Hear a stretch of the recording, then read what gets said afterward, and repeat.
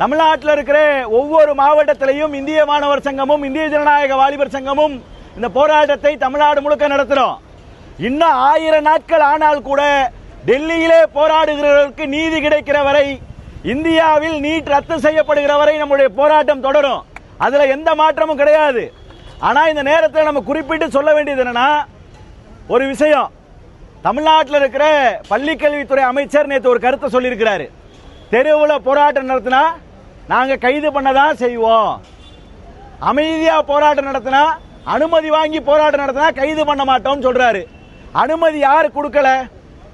அனுமதி கொடுக்கிற அதிகாரத்தை எஸ்எஃப்ஐக்கும் டிவைஎஃப்ஐக்கும் கொடுத்துட்டீங்கன்னா நாங்களே எங்களுக்கு அனுமதி கொடுத்துக்கிடுவோம், பிரச்சனையே இல்லை. அனுமதி கொடுக்கிற அதிகாரத்தை போலீஸ்ட கொடுத்துட்டு, அந்த போலீஸ் மினிஸ்ட்ரியை தூக்கி விஜய்கிட்ட கொடுத்துட்டு, எல்லாத்தையும் எங்க மேல பழிய போட்டா நாங்க என்ன செய்ய முடியும்?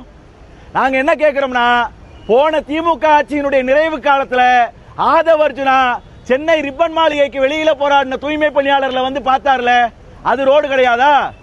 இதே நர்சிங் ஸ்டூடெண்ட், நர்சிங்க்கு படித்தவர்கள் வேலைக்காக போராடி கிளாம்பாக்கம் பஸ் ஸ்டாண்ட்ல போய் ஆதவ அர்ஜுனா பேசினாரு, அது பொது இடம் கிடையாதா?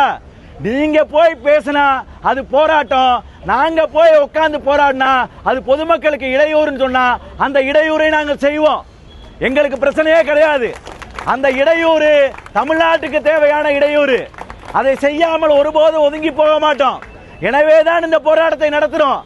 இன்னைக்கும் ரோட மறிச்சு உட்கார தெரியாம இல்ல, ஒரு போராட்டத்தை நியாயமான முறையில் கொண்டு போகணும்ன்றதுக்காக தான் இன்னைக்கு இந்த ஆர்ப்பாட்டத்தை நடத்துறோம்.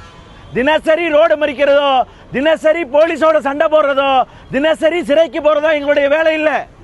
நாங்க அமைதியா போராடணும்னு நினைக்கிறோம். இன்னொரு கேள்வி, இன்னைக்கு ஜனநாயகன் படம் வருது, ஜனநாயகன் படம் வருது, ஜனநாயகன் வரும்போது எல்லாரும் போராடுறீங்களே அப்படின்னு தாவேக்காரங்க ஒரே ஒப்பாரி வைக்கிறீங்க. ஜனநாயகனத்தை முடக்கும் போது நீங்க போராட்டம் நடத்துனீங்களா? ஜனநாயகன் படத்தை ரிலீஸ் பண்ணணும் சொல்லி அறிக்கை வெளியிட்டு போராட்டத்திற்கு போன அமைப்பு டிஒய்எஃப்ஐ மறந்துடாதீங்க. இன்னைக்கு இந்தியாவில் ஜனநாயகத்தை பாதுகாக்க வேண்டும் என்று சொன்னாலும் போராட்டம் நடத்துகிற அமைப்பு டிஒய்எஃப்ஐ. உங்களுக்கு ஜனநாயகன் மட்டும் முக்கியமா இருக்கலாம், எங்களுக்கு ஜனநாயகனையும் தாண்டி இந்தியாவினுடைய ஜனநாயகம் முக்கியமானது.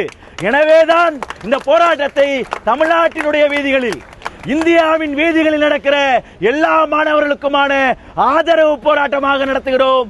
வரக்கூடிய காலங்களில் தமிழ்நாட்டில் இருக்கிற அனைத்து கல்லூரிகளும், அனைத்து பள்ளிகளும், தமிழ்நாட்டில் இருக்கிற அனைத்து நகரங்களிலும் போராட்டத்தை இந்திய ஜனநாயக வாலிபர் சங்கமும் இந்திய மாணவர் சங்கமும் பற்ற வைப்போம். தொடர்ந்து மக்களுக்கு ஆதரவாக, போராடுகிற மாணவர்களுக்கு ஆதரவாக போராடுவோம் என்று சொல்லி முடிக்கிறேன். நன்றி.